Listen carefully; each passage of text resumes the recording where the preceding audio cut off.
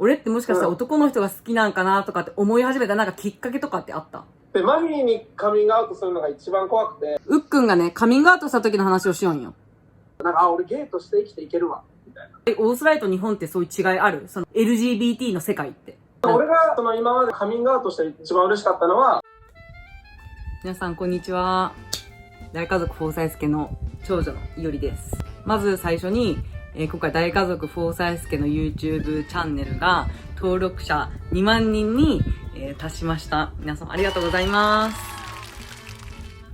で、今回の、企画なんですけど、私たちの YouTube 何個か自己紹介動画を上げてるんですけど、その中でシドニーにいる右京と伊吹の自己紹介動画、こちらなんですけど、その中で右京が YouTube の世界に、自分のセクシャリティについてカミングアウトをしたんですけど、いろんな方からすごく、いいコメントをたくさんいただいて、その中でも家族にカミングアウトした時の話だったりとか、そういう LGBT について、知りたいっていうコメントがすごく多かったので、右京もゲイとして日本とオーストラリアの LGBT の人たちの視点だったりとか、生活の違いだったりとか、いろいろ話したいことがいっぱいあるみたいなので、今回姉の私がちょっと聞いていこうかなと思ってます。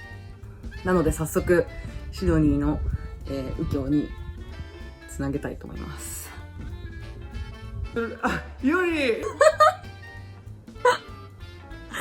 今日はうっくんといぶきが自己紹介動画出した時にうっくんがかっこいい彼氏を紹介したじゃん。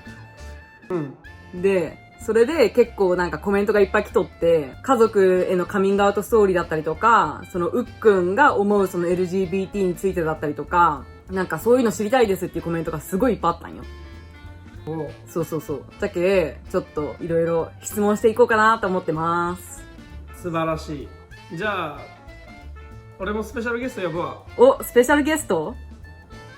誰ですか？ベッカム？おー、彼氏じゃん。嘘。デビッド・ベッカムです。彼氏と見せかけて、三男の右京とご覧のいぶきです。イエーイ。いいね。一緒にシドニーにね、住んどるんよね。そうです。素晴らしい。じゃあ、いぶきからもいろいろ聞けるね、じゃあ。何でも聞いておくれ。ニコイチじゃけ、俺ら。さすが。何の質問からいこうかな。よく今 LGBT っていう言葉も結構日本でも使われとるけど多分 LGBT ってなんとなく意味知っとる人とかおると思うんだけど、実際なんかねっていうのをちょっと話したくて、結構知らん人も多分おると思うよ。意味は知っとっても、何の略なんかとか、実際どういう意味なんかっていうのを知らん人がおると思うけ、ちょっとうっくんから説明してもらってもいい？ OK。じゃあまず L かな。いぶき L わかる？ L はレズビアンです。正解。で、G は俺みたいにゲイの G。で、次が B。B わかる？ B は多分バイセクシャルだと思います。正解。じゃあ、いより T わかる？トランスジェンダー。トランスジェンダー。中身は女の子じゃけど、体が男で生まれてきたり、その逆だったりがトランスジェンダー。で、LGB のレズビアン、ゲイ、バイセクシャルは、身体的な性と心の性は一致しとって、ただ性の体調が違うだけ。T のトランスジェンダーは、自分の心の性と体の性がマッチしてないって意味よね。そういうこと。で、今はそれに、Q、I、A プラスが入っとって、Q はわかる？ Q はわかりません。 Q はわかる。 Q はわかる。クイア。クイア。クイアとか、クエスチョニングか。そう。例えば自分は、ちょっと人とは違って、目覚め始めた時とか、ちょっと違うなとか、違和感を持ち始めてる人のことをクエスチョニング。で、クイアは、ゲイとか、型にはまらん人たち。セクシャリティにもいろいろあるってことよね。そう、いっぱいある。じゃあ、例えば、トランスジェンダーで生まれた、女の子で生まれて男の子になりたいけど、ゲイの子とか。複雑じゃね？すんごい複雑ない。いろいろあるってことか。そう、だけどトランスジェンダーで性を変えても、女の子で生まれて男の子が好きだけど、自分は男だと思ってる人とか。わかる？だけども、男と女の一つの型では、なんだろう、決めれんのをクリアっていう。で、愛はインターセクションって言って、男の子で生まれたけど、その男としての体がちょっと一致しないとか、例えば女の子で生まれたけど形がないとか、そういうなんか女の子として生まれたけどその部位が発達してない人のことをインターセクション。身体的な面でってこと？そう、身体にちょっとその普通の男の人と比べたら何かちょっと違うけど男ですみたいな。とかそういうの。私それ全然知らんかった。A が無性愛者とか。エイセクシュアルじゃない？エイセクシュアル。そうそう、エイセクシュアルで。男の人にも女の人にも興味がない。そういう人。そういう感情が生まれんってことか。そういう性的感情が生まれない人。人生楽しくないやろうな。まあ別にね。そういう感情がないけど別に楽しい楽しくないも関係ないよね。そういう人とか。でまあそれにプラス。だけどもう男と女じゃないよね。人間って。その型にはめられない系もどんどん出てくるけプラスなんだと思う。もう全てに名前がつけれんってことよね。いろいろありすぎてもそう型にはめれん感じ。で、まあ、その LGBTQIA プラスの中でも、まあ、うっくんは、その G っていうところに自分は属しとるっていう位置づけないよね、自分的には。体も、心も男だけど、その性的な対象は自分と同性である男っていう意味よね。なるほどね。じゃあ、その中で、うっくんが、じゃあ自分が、それに気づいたのっていつ？俺って、なんかそういう違和感じゃないけど、俺ってもしかしたら男の人が好きなんかなとかって思い始めたなんかきっかけとかってあった？もうじゃあ言えば彼女もずっとおったし、違和感を抱き始めたのはもうティーネイジャーの高校生ぐらいの時かに、みんなで恋バナとかをしよる時になんかあんまり共感できんくなってきた。なんか女のこういうところが好きよねみたいな、あんまりそこに興奮を感じてなかった。じゃけ例えば AV 女優の名前とかが全然わからん。話について勉強になりだして、みんなが普通男の子だったらさ、女の子に興味あるんだ。俺もあるはずなんだけど、みんなほどないみたいな。じゃあその女の子とか付き合っとった時は、彼女とかおった時は、その人のことを純粋に好きだった？それともなんかどういう感情で？そうなんや。じゃけなんかさ、人を好きになるとかもさ、自分が経験せんとわからんじゃん。だけど俺が経験しよった女の子を好きになるっていうのは結局友達の延長線上で、そこになんかすごい性的行為があったかって言ったら今思ったら多分ない。まあその年の時分からんもんね、そんな性的とか。そうだけどその時はしかもなんかもう社会的にさ、男は女を好きになる、女は男を好きになるが普通じゃけ、自分もそうだと思っとったけど、そこに自分が気づくのに時間がかかったから。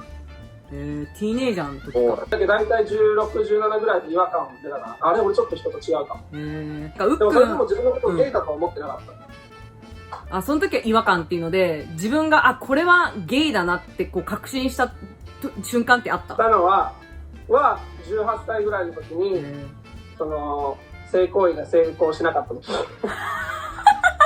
女の子とってこと？なんてことが。でも、その時にずっと俺は違うってなっとって、俺はストレートだと思うよって、で、いざ、じゃあ、性行為になった時にもうね、無理惨敗。そうなんだ。その時に、チーンってなったね。うっくん覚えてるか分からんけど、うっくんが16歳の時にさ、サンシャインコーストに一緒に住んどったじゃん。私が大学生で、うっくんが、いや10とかだったっけ？で、その時に一回うっくんに相談されたことがあったんよ。そうなん？覚えてないかね？その相談内容がなんか結構夜だったんだけど、うっくんがなんか悩んどるみたいな。言ってきて、で、どうしたんって言ったら、男友達ができにくいって言ってきたんよって。女友達はすごいできやすいのに、男の子の友達ときちんと話せんみたいな。で、すごい相談してきて、どうやったら男友達ができると思うみたいな。で私、その時は全然なんか、セクシュアリティとかと全然関連づけんかったんだけど、今思えばやっぱりなんか、だって好きになる対象じゃけさ、だって私からしてもさ、やっぱりティーネイジャーの時ってさ、女友達はできやすいけどさ、好きな対象の男はさ、やっぱ違う目で見るけさ、そういうなんか感情だったんかなと思って、自分では気づいてないけど、うっくんは気づいてないけど、その時からもうなんか、友達作りの段階で、なんとなくこう違和感。ちょっと壁を。壁があったんだな。で、まあそこからの、一番最初に家族に言ったのって、いつで誰だったで、きっかけとかは何かあった？20歳の時で、いおりに一番最初にした。てか、いおりにしかしてない、兄弟は。うん、いおり以外にはしてない、俺。そうなの？で、した理由が、その時に20歳の時に初めて彼氏ができて、で、なんかもう、勢いかな、割と。なんかその彼氏が、もうなんかその、俺らをテレビで見とって、いおりのことを知っとって、いおりだったら絶対大丈夫でしょ、みたいなことを言われとって、俺もその時にもう、勢いだね。あ、そうだったんだ。で、いおりに LINE で言って、確か。で、いおりが既読つくまでずっと見よった。あ、そうなんだ。だって家族で初めてのカミングアウトでもうね、でもいおりはすごい言いやすかった。一番言いやすいのはいおりだったよ、誰よりも。それやっぱり女の子じゃけ？女の子じゃけっていうのもあるけど、なんか、まあ、いおりだったら、そんな、変なことは絶対言ってこんなっていうのはあった。ああ、そうなんだ。そうでもやっぱり言うときはすごい緊張して、既読がつくまでずっと見よったし、既読がついたみたいな感じだった。覚えとる？なんて言ったか。私も覚えとるけど、どんな会話だったか覚えとる？なんか、ウックの言い方としては、なんか普通の会話しようって、ね、恋愛トークみたいになった時に、ウックンが、好きな人ができたよって言ってきたんや、私に。その男とか女とか関係なく、好きな人ができたって言ってきて、一個私がいつもなんかと思っとったのが、ウックンってすごいオープンなのに、なんかそういう恋愛トークとかしてくれんなってずっと思っとったんよ、なんか。本人は。なんか好きな人とかできんのかなみたいな。彼女とかおるとかそういう話聞いたことあるけど、全然詳細とか知らんし、ウックンらしくないな、みたいなのはちょっと思っとった矢先、なんか、好きな人ができたって来て、で、なんかもう嬉しいわけよ、私はめっちゃ。やっとウックンがなんか言ってくれた恋愛トークめっちゃ楽しいみたいな。もう絶対いっぱい聞こうと思って、なんか、tell me everything みたいな。なんか、ね、どんな人教えてみたいな感じで言ったら、ウックンがその時に、いや、ちょっとあんまり言えれんのんよ。複雑な恋愛なんよって言ってきたんよ、私に。そうだった。で、もう私それが来た瞬間に分かったんよ。あ、これどういう意味か分かったと思って、で、多分ちょっと、すぐ分かったけど、これどうやって返信するのがいいんじゃろってすごい悩んだ覚えがあるんよ。もちろんさ、私はもうサポーティブでおりたいし、でもすっごい返信がどういう言葉を言うのが一番いいんだろうってすっごい悩んで、でもまあとりあえずさ、確認せんとけんけ、なんか、男の子みたいな感じですごいカジュアルに聞いたんよ。そしたらウックンが、なんか、絶対誰にも言わんといてねって言ってきて、で、なんか、で、そしたらすごい言い訳が来たんよ。俺はでも、頑張って、女の子を好きになろうとしたんだけど、できんかったんよ、ごめんねとか言ってきたの、急に。めっちゃ、うわーって LINE 来て、で、私が、なんか、テンパっとるこの人と思って、なんかそこですごい言ったんよ、なんか、謝ることじゃないよ、何謝っとんねんみたいな感じで、言って、なんか、そういう、で、ウックンがなんかその時に、なんか俺今銀行におるんだけど涙が出てきたとか言ってきてでそれ見て私もなんか涙が出そうになったっていうのをすごい覚えてる。そう、めっちゃ嬉しかった、イヤリが。話や。そうね、その時に一応私はなんかまあ誰にも言っちゃダメって言われたけど、絶対誰も気にせんけ、家族には言ったらいいと思うよって言ったけど、ウックンは今はちょっとまだ心の準備ができてないけ、まずイオリと俺の内緒にしとってって言われたけ、で私は誰にも言わんかったんよ。なんか私もすごい嬉しかったんよ、ウックンが言ってくれて。その時に私の対応はじゃあ大丈夫だったってことよね。パーフェクトだったよ、すごい安心した。よかったよかった。でもやっぱりその時のさ、心境はすごい、まあ緊張しとったよね。アクセプトしてくれんかったら、どう対応しようぐらいまで準備はしとった。でもなんかほんま俺の中で、じゃあもう、イオリがダメだったらもうみんなダメじゃん、って感じだったけ、まずはもう最初はイオリ、みたいな。で、それでもうスタンプを押せたけ、行きやすくなってすごい嬉しかった、あの日。ああ、よかった。もう5年前 ?5、6年前そうじゃない、5年前か。5年前か。そう、でもあれ以降1年ぐらいはカミングアウトしてないから、どうやっているって知ったの？それ知りたい。他の家族がどうやって、じゃあカミングアウトしてないんだったらどうやって知ったん？そう、俺、イオリと親以外はしてない、カミングアウト。そう、イブキはじゃあなんで知っとん？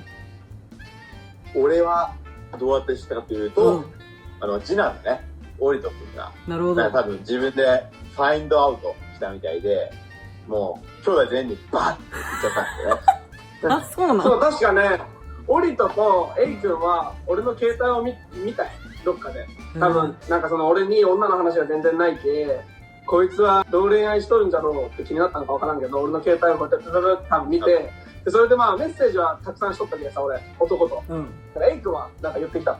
実は見たいよね、みたいな。そうなんだ。その、後々ね。でもその時に多分見て、フックはゲイなんじゃんってなって、それを多分こそこそっと、ちびっ子たちに言っとったんだと思う。そう。その時俺はさ、もうみんなが知っとることを知らんかったよ。で普通に接しられるよった。あ、そうなんだ。私が一個だけ覚えとるのは、その兄弟から聞かれたことがあって、一回、多分うっくんからカミングアウトされた2年後ぐらいに、有馬とオリトから聞かれたんよ。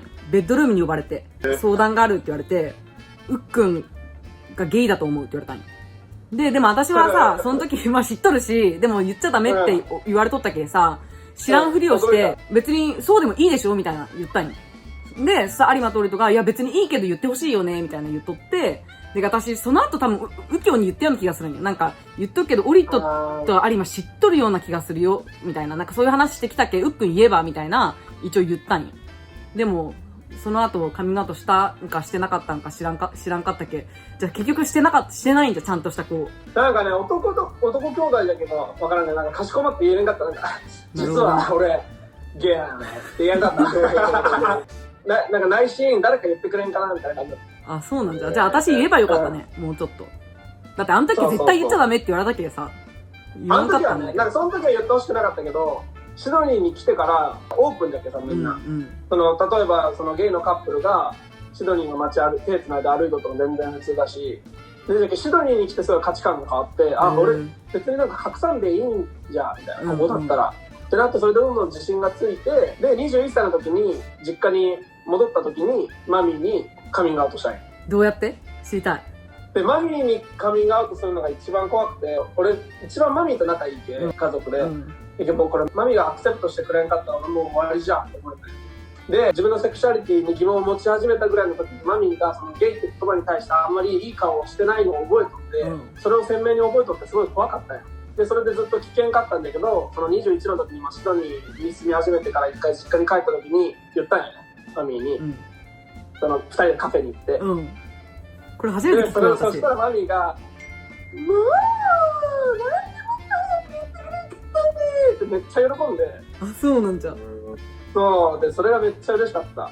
やっぱ言ってくれて嬉しかったんだろうね。多分マミーだって多分気づいとったんだろう。マミー、なんかね、それまでだってマミーずっとなんか、彼女はおらんのとか聞いてくるけさ、なんでこの人はまだ知らんのんじゃろうみたいな。マミーも絶対知っとるんかなと思うんだけど、ずっと彼女のことを聞いてくるけさ、それはもう言わんといけないと思って、そしたらなんかすごい喜んで、まあ知っとったんや。じゃけなんか知らんふりしとった、ずっとマミー。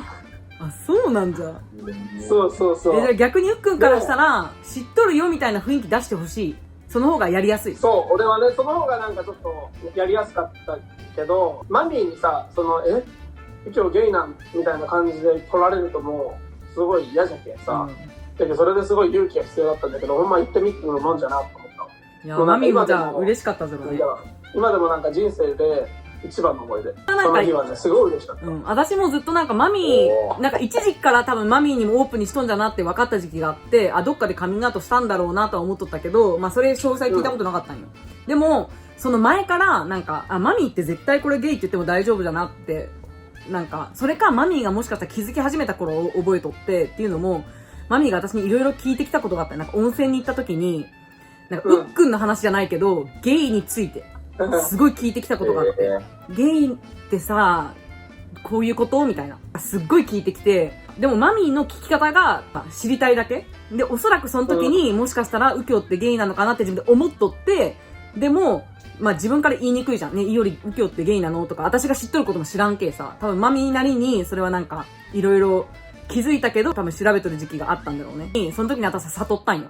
マミーこれ気づいてるわと思って、早くうっくんに言ってあげんとって思った覚えがある。そう、じゃみんな待っとったよね。ダディもメッセージで言ったんだけど、みんな知っとった。もうすごい軽かったダディ。全然気にせんよ、みたいな。あ、よかった。いや、ダディも私覚えてる。ダディの話したことあるっけ？ダディがどうやって私に言ってきたか。なんか、一回ダディと車に乗っとって、で、普通にたわいもない会話しとって、そしたら急にダディが、Did you know that Ukyo is gay? みたいな、すごい嬉しそうに言ってきて、私が。あ、私にね。で、私が、あ、ウック言ったんじゃと思って、なんか、Of course I know って言ったんよ。なんか当たり前じゃんみたいな。そしたらダディが、Really? みたいになって。はめられたの。はめられた。そう。めっちゃなんかもう知ってます的な雰囲気で言ってきたけさ、言ったんじゃと思って、なんか普通に答えたら、やっぱりそうなんだみたいな。I knew it! I knew it! みたいな感じで言ってきて、多分その時にダディは分かって、で、私がなんか、あ、きっとうっくん言ってくれるよ、いつか、みたいな言った。ああ、多分そのすぐ後に多分言ったんじゃないか多分ね。だけどダディも嬉しかったと思うよ。だけうっくんが言ってくれて、改めて。よかった。でもなんか俺がちっちゃい頃はなんかさ、割とみんなゲイって言葉になんか、こんな顔だったっけすごい言いにくかったけど、でもなんか誰一人としてそのカミングアウトとかそのなんかゲイに対してすごいネガティブなコメントはなかったけどさ、家族から、やっぱ家族が一番大事じゃん。例えば友達にカミングアウトして変な対応されてもいいけど、家族にそれをされたらさ、私はどこに行けばいいんですかって感じだ。そうよね。マミーのさ、カミングアウトした話すごい感動したんだけどさ、マミーに電話してみよっか。覚えてるか？マミーのその時の心境知りたくない？なんかね、すごいポジティブな反応だったんだろ？めっちゃ喜んどったよ。聞こえるかな？あ、マミー出た。化粧してないんだって。マミー見える？うっくんたち。見えるよ。そんな風にやった。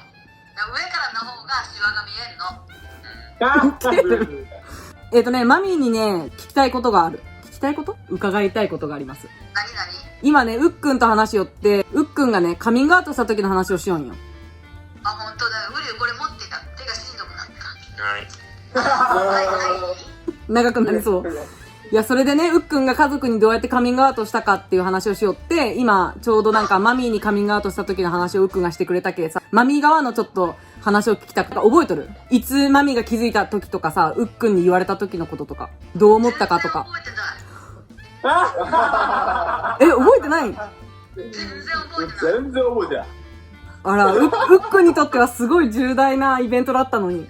結構俺ら深い話しとったのに、マミーなんていうかねみたいな。あ、そうなんじゃ。じゃあ、マミーがうっくんがゲイっていうの気づいた瞬間とかあった？いや、別にないよね。全然違和感ないというか、うん。割と身近じゃん、そういう人。うん。多いもんね、最近。だけど気づいた頃にはまあそんな違和感がなかったってことか。そう。うっくんはちゃんとマミーにカフェで言ったんよ。そうよ。全然そしたらね覚えてないよ。いつどこのそしたらマミーが、やってみてくれたんねってすごい喜んどった。もう全然何とも思ってなかったけ。全然覚えてない。ごめん。まあそれだけでも全然気にしてないってことよね。全然。そうじゃけすごいあれだった。うっくんはそれがありがたかったんだって。あ、そうだ。うん。当たり前じゃん。当たり前じゃんだって。もう一回言って。当たり前じゃん。俺がゲイでも愛してくれる？全然関係ないじゃん。なんともない。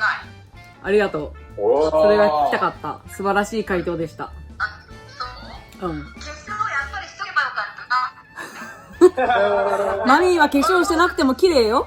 そう、帽子が可愛いよ。帽子が可愛く可愛てい帽子綺麗よ。還暦になったばっかりなのにすごく可愛いよ。還暦には見えませんね。昨日ぎっくり腰になってて、もう腰が痛くて。そうジャーだ。ナサイズが2日もできなかった。もうやっぱりもう60歳にもなればね、体にガタが来るよね。ガタがガタちょっとま、長くなる。ちょっと待って。長くなる。もう多分40分ぐらい。ね長くなるけど一旦切るよ。後で。まあ、なんか見せたいらしい。あ、まあ、見せてもらう？マミーが見せたいんだって。はい。そう。そうなんだ。まだの。以上です。はい、ありがとうございました。明日送るけ。はーい。バイバイ。そうですね。やっぱマミーとの電話長くなるね。いぶき今から友達の引っ越し手伝わんのいけんけど、ガンドいけんの。バイバイ。行ってきま Thanks す。 for being our special guest. Nice. Anytime. いやでもマミーは覚えてないぐらいもう自然に受け入れとったってことよね。うん。ありがたいね、気にしてなかっそれはたんだろうね。。うん、全然気にしてなかったね。多分俺を人間として見てくれとったよ。じゃあそういう意味でさ、全然もううっくんはさ、最初からオープンにしとった方が楽だったかもね。だって、やっぱ言った後に気づいたじゃん。なんか、誰も気にしてなかったんじゃ結局、みたいな。言ってない間ってさ、やっぱりなんか、自分を完璧にさらけ出せんじゃん、やっぱり。なんか、まあ友達にでも家族にでも、100% の自分を見せれてないけ、なんかどっかで嘘ついとるじゃないけどさ、例えばじゃあ、職場で彼女はとかそういう質問に対して素直に答えれるのがすごい生きにくかった。嘘ついてるような感じになって。そうそう、家族にもさ、なんか言いたい話もできんし、友達との話でも、なんかその、例えば彼氏がおっても、それを彼女に置き換えた話をせんときになったり、でも誰も嘘なんかつきたくないけどさ。でも今はもう完全にオープンだろ。別に誰かに何聞かれても別に隠すことってない。今は、もうフルオープンだね。でもこのフルオープンになれたのも、いおりとかマミーとか、その家族の反応がすごい良かったし、俺が日本に帰った時も、地元の友達とかにも言ったんだけど、その時のその友達の反応もすごい良くて、あ、そうなんだよ、でも俺は別に気にしないよっていうのばっかりだった。で、それでどんどん自信がついて、なんか、俺ゲイとして生きていけるわ、みたいな。オーストラリアと日本ってそういう違いある？その LGBT の世界って。なんか、シドニーで経験したんだけど、今の彼氏とバスに乗っとって、ただ普通になんか、ほっぺたにチューとかをしよったら、真後ろの席が女の子2人だったよ、日本人の。で、その日本人の女の子2人がさ、まあ、俺が日本語分かるとは思わんじゃろ、この顔で、シドニーで。じゃけまあ、ボロクソ言ってきて、てか前の2人マジキモくないみたいな。なんかマジ、なんで男同士って気持ち悪い見たくないんだけど、ありえないみたいな。で、それをさ、真後ろで言ってくるわけ。こんなことあるんじゃんみたいな。俺の彼氏はさ、日本語分からんけどさ、どんどん俺になんかいろいろ話したり注意したりするんだけど、俺がもうすごい心地悪くて、で、それに気づいてどうしたんみたいなことを彼氏が聞いてきて、俺が、ちょっと後ろの日本人が俺らのことをすごい悪く言いよって、それがすごい気持ち悪いっていうのを言ったよね。で、そしたらなんかどんどんエスカレートしちゃって、最終的にゲイって障害者らしいよって言い出して、で、それで俺がもう、はってなって、で、後ろ向いて、お前らが言ったこと全部わかるで。日本語で言ったんじゃん。そしたらその日本人の女の子で、なるよね。みたいな。すごい気まずそうにして、でもなんか俺の彼氏がもっと怒ってたから、シドニーじゃさ、ありえんけさ、そんな公共の場でさ、人を罵倒するとか、まあ多分その子たちもさ、日本語は誰にも通じないと思ってって言っとんだろうけど、バスの中でさ、全く知らん人に障害者呼ばわりすることなんかないけさ、彼氏が英語で説教し始めて、で、そしたらなんかその日本人の女の子2人ともなんか携帯見て、英語わからないふりをし始めて、すごい嫌な、なんか一回だけ、それだけ人生で一回だけその経験はすごい嫌だった。それがしかも海外だけど日本人っていうね。そうじゃけど、俺が生まれた、育ったところのね、日本人にそれを言われとるってすごいショックだったけど、やっぱり日本はやっぱ遅れとんだなってそう思ったね。逆にシドニーはなんか引っ越しの時にね、引っ越し業者に手伝ってもらったんだけど、引っ越し業者の人が一人で働きよって、10歳の息子を連れてきとったよ、トラックに。で、それですごい仲良くなったんよ。で、そしたら俺別にゲイってことをその人に言ってないのに、まあシドニーは俺が、50歳ぐらいの人なんだけど、俺が高校生の頃はゲイの人たちがカミングアウトすることはタブーで、あの人たちにとってすごい生きにくい世の中だったけど、最近のシドニーはもうすごいみんなオープンで受け入れていく世界に変わってきとるけ、それは素晴らしいことよねっていうのをその10歳の息子の前で話をして、でそれにすごい感動してから、チップ15ドルあげたわ。嬉しいね。なんかシドニーが違うなみたいな、普通にストレートのお父さんでもその子供にちゃんと教育ができるのってすごい進んどるけどさ、あんまり日本でそういう会話は聞かんよね。確かに俺が子供の頃の写真見るとか、女の子かなっていうぐらいの写真ばっかりないの。確かになんかめっちゃハローキティとか着せられとったよね。キューピーちゃんみたいな写真多いじゃん。何考えとったんかね、マミー。確かに。じゃろ？女の子の服ばっかり着せとった。すごいそのいおりのお下がりとかを、俺も嫌がってなかったけどさ、喜んできよったよ、その女の子の服とか。ハローキティとか、ちっちゃい頃からあったんよね、そういうのは。なのに多分、日本の社会ってさ、例えば、小学校で言えばさ、男の子は黒いランドセル、女の子は赤いランドセル、男の子はスポーツをしなさい、女の子はおままごとをしなさいとか、なんかその、小さい箱に入れられるじゃん。型にはめられるじゃないけど。で、多分そこで育ったけ、物心ついた時、俺がハローキティを好きなのは間違いなんだとか、女の子が興味持つものに興味を持つことは間違いなんだみたいな。っていうのを思い始めて多分なくなったんだよね。一旦、その小中の間で、俺は男の子だみたいな。でも多分高校生ぐらいになって、その思春期になって体も成長し始めた時に友達と話が合わんくなって、じゃけ多分さ、その日本の社会が俺がちっちゃい頃からそのゲイに対して寛容だったら、多分俺はもう5歳からゲイなんだと思う。やっぱりもう心ってさ、それで生まれてくるけさ、男は女が好きなのが当たり前、女は男が好きなのが当たり前みたいな型があったら、自分は外れちゃいけんみたいなこう思い込みでさ、やっぱり自分でも気づかんもんなんだね。でもそれが全然そういう方がもしなかったら、もう自由に性とか男女とか関係なく、誰が誰を好きとかそういうのが関係ない世の中だったら、早く自分の心の性と身体の性だったりとかを気づくのが早いんかもしれないね。楽よね。そう。まあ俺の場合、ゲイを隠してる期間ってそんな長くなかったけ。比較的でもね。ね、友達もたくさんおるけどさ、その家族にも言えてない、友達にも言えてないって人たくさんおるけさ、でもそういう人たちがまあ今後ね、ちょっとでも自分のセクシャリティをオープンにできるんだったらね、そういう世の中になったらみんなもっと生きやすくなると思う。なんか私がそのうっくんの自己紹介の動画でさ、気づいたのがさ、コメント欄で言ってくる人もおったじゃん。僕も実はゲイで、でも家族に言ってないですとか、私たちのフォロワーにもさ、すごいやっぱりそういう同じセクシャルマイノリティの人が結構おるんだなっていうのに気づいたけどさ、多分こういう動画を今後出していったり、ね、オーストラリアの LGBT についてとか、日本の LGBT についてとか、やっぱり発信してくれる人が多ければ多いほどさ、やっぱ心の拠り所になるし、多分自分もこうすればいいとか、やっぱ日本はどっちかっていうとまだオーサイと比べてそういう話をするのがタブーな部分がやっぱりまだあるけ、こうやってなんかオープンに発信することってすごいやっぱり大事だと思う。うっくんの経験をもとにこうでしたっていう話だったりとか、他の人がそういう風にオープンに生きとるのを見て、やっぱ自信がつく人とかさ、うっくんもシドニーでオープンにしとる人がいっぱいおったけ自信がついたわけじゃん。だけど日本でもそれをなんかノーマルにしていきたいよね。やっぱり俺も自分を、俺がゲイであろうがゲイでなかろうが、俺を好きで追ってくれる人、そのカミングアウトしたことで、あ、みんな別に俺がゲイでもゲイじゃなくても関係なく俺を愛してくれるんだなって分かった時、すごいなんか肩の荷が下りるんやね。ゲイってだけで普通の男性よりも劣っとるわけじゃないってさ、ただ性の対象が違うだけでそれ以外は何も変わらんし、みんなが思っとる以上周りにはおるじゃん。だってみんな隠してるだけで。そうよ。めっちゃおるよ。いやほんまにそうで、私も何人かおるよ。日本の友達で数人にしかオープンにしてない人とかも結構おって、すごい息苦しそうだなって思う反面、私の方からさ、家族に言った方がいいよってそんな簡単に言えれんし、だって実際どうやって反応されるかわからんし、実際傷つくかもしれんしさ、だけその LGBT じゃない人、なんか最近 ally って言い方みんなしとるけど、日本にはさ、まだその ally の人が少ないと思うけ、結構その LGBTQIA プラスの人たち以外のそのストレートの人たちにも多分こういう情報を発信していくのすごい重要よね。そうじゃけ、そういう人たちにもゲイもレズビアンもバイセクシャルもトランスジェンダーも、まあ、みんなね、人はただの人間だし、誰を好きかってだけで、それだけでさ、その人を決めるのは全然違うけさ、それを分かってほしいよね。この YouTube を見てくれるあなたが分かってくれたら僕は嬉しいです。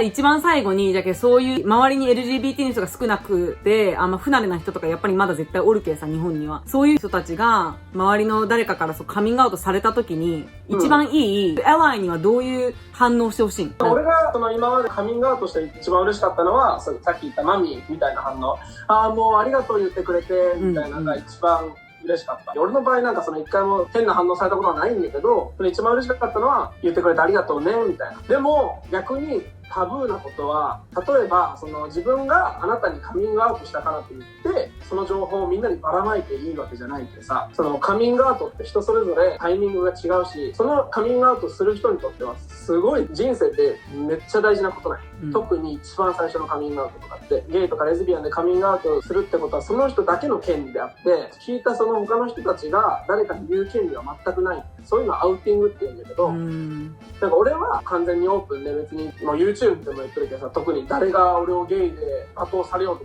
全然問題ないけど、そうやってなんかまだオープンにしてない人が勇気を振り絞ってあなたにだけ言ったのに、その人がね他の人にばらまくとすごい、それで信頼関係ってすぐ崩れるし、すごいショックだと。じゃあやっぱり確認した方がいいかもね。例えば私にもさ、絶対言っちゃいけんって言ったじゃん、その当時、私には。だけど私も誰にも言わんかったけど、そこを最初確認するの重要かもね。これはなんか、私が不特定多数の人に言ってもいいものなのか、私だけに言ってくれたものなのかっていうのを一回確認するのもお互いにとっていいかもね。そしたらそのアウティングっていうのが避けれるかも。そう。で、あと、あんまり嬉しくない反応は、なんか女の子で多いんだけど、もったいない、なんかストレートだったら絶対モテるのに、みたいな、そのもったいない、でもモテるわ。ゲイの方が劣っとるみたいな感じない。その多分、その言う人たちは、そういう意味で言ってないかもしれんけど、そのかっこいいよっていうつもりのニュアンスで言っとるつもりでも、なんか受け取り方によっては、もったいないってなんか、ストレートの方が立場が上みたいでさ、上から言っとる感じ。で、なんかそういうのを結構なんか言われて、なんかあんまり嬉しくない。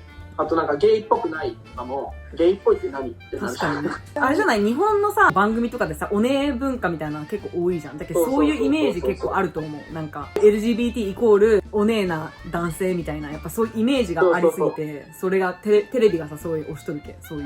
そう。テレビのすごい偏った情報で、ゲイはねえなって思っとったら、またそれは違うけさ。まあそういう人もおるけど、まあいろんな人がおって、まあゲイはゲイでもね、いろいろおるけ、それでなんか、全然ゲイっぽくないのには、いや、ゲイっぽいとは、みたいな。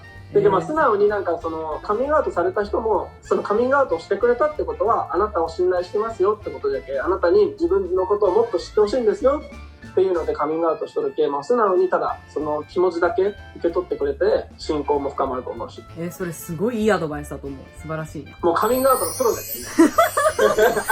じゃあプロなんだったらやっぱり私たちのさ、そのフォロワーの中にもさ、LGBT の人だったりとか、それに関心を持ってる人とか、まあ、アライの人だったりとかも結構おるみたいじゃけ、今後、もしなんか他にさ、そういう LGBT の世界だったりとかさ、うっくんの、まあ、シドニーの LGBT の事情だったりとか、全然ね、質問とか。もしこの動画見て何か質問があったり、勇気をもらえたり、何でもいいんでコメントください。